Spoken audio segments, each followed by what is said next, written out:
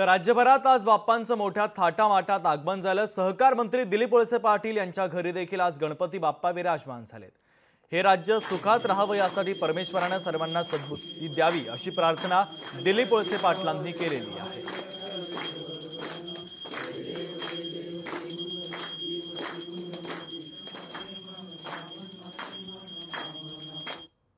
गणपती बाप्पाची स्थापना केली जाते। आम्ही मनोभावे पूजा करतो। बाप्पाकडे काही मागायचं नसतं, बाप्पाला फक्त आशीर्वाद मागायचे असतात आणि ते आशीर्वाद मागितले आणि हे राज्य सुखरूप राहावं याच्यासाठी परमेश्वराने सर्वांना सद्बुद्धी द्यावी अशा प्रकारची प्रार्थना परमेश्वराकडे केली। लोकशाही मराठी ऐका, पहा, जागरूक रहा।